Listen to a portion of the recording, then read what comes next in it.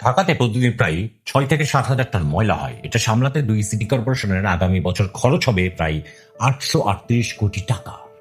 কোনো রিটার্ন আসবে না, ছাই উড়াইয়া মানিক রতন মিলবে না। কিন্তু আমিনবাদের ল্যান্ডফিল্ডের দায়িত্ব পেয়েছে চীনা কোম্পানি সিএমইসি।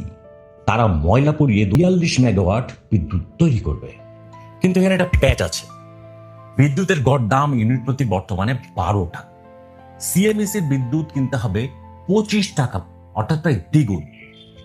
এতে বছরে বাড়তি খরচ হবে 400 কোটি টাকা। কিন্তু এই টাকা আসবে কোথা থেকে? আপনার আমার পকেট থেকে। তবে হিসাব ভুলে যান, যখন দেখব এখনকার বর্জ্য ব্যবস্থাপনার খরচও প্রত্যেক বছর 17% করে বৃদ্ধি পাচ্ছে। অর্থাৎ আগে যে বর্জ্য ব্যবস্থাপনা করতে আপনার 100 টাকা লাগতো, এখন সেটা হচ্ছে 117 টাকা। 2028-29 নাগাদ সেটা এমনিতেও 702 কোটি টাকায় পৌঁছে যাবে। তখন তুলনা করলে বাড়তি খরচ দাঁড়াবে প্রায় 300 কোটি টাকা। বোনাস আছে এখানে, প্রতিদিন গড়ে প্রায় 500 টন জৈব সার পাওয়া যাবে, অর্থাৎ বছরে প্রায় 274 কোটি টাকার সার আপনি বিক্রি করতে পারছেন। আর মাতুয়াইলের মডেলটা একটু ভিন্ন। দক্ষিণ কোরিয়ার কোম্পানি বিয়ানিক পুরো ল্যান্ডফিলটাকে জিরো ওয়েস্ট ম্যানেজমেন্ট প্ল্যান্টে রূপান্তর করবে। ফলে এখান থেকে সার, বায়োগ্যাস, জ্বালানি, ইট এইসব অনেক কিছু তৈরি হবে।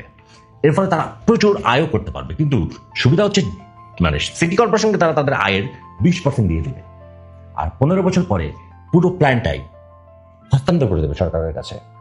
অর্থাৎ শুধু বিদ্যুতের দাম দেখলে আমিনবাজার প্রকল্প বা এগুলোকে লোকসানি মনে হতে পারে, কিন্তু আপনি যদি খরচের যে খরচটা বাড়ছে এটার সঙ্গে যদি আপনি আপনার রিটার্নটা হিসাব করেন, তাহলে কিন্তু এটা থাকে না। দেখেন, আপনি হিসাবটা ভালো করে মিলিয়ে দেখেন। আপনার 300 কোটি টাকা খরচ বেশি হচ্ছে, কিন্তু আপনি 274 কোটি টাকা পাচ্ছেন সার থেকে। অন্যদিকে আপনি লাভ পাচ্ছেন 20%। আবার 15 বছর পরে পুরো প্ল্যান্টটাই আপনার হয়ে যাচ্ছে। অনেকে আছে যাদের একটু ব্রেনের সমস্যা আছে, বোঝে না, তারা হয়তো দাম শুনে লাভ দিয়ে উঠেছে। অনেকে অনেক কথা বলছে, বাট ব্যাপারটা আসলে এমন না। আমাদের সরকার, বিএনপি সরকার যা করছে বুঝে শুনে করছে। লাভ যেটা হবে সেটা দেশেই থাকবে। তো 25 টাকা শুনে লাভ দিয়ে ওঠার কিছু নাই।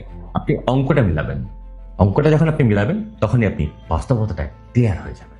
Thank you.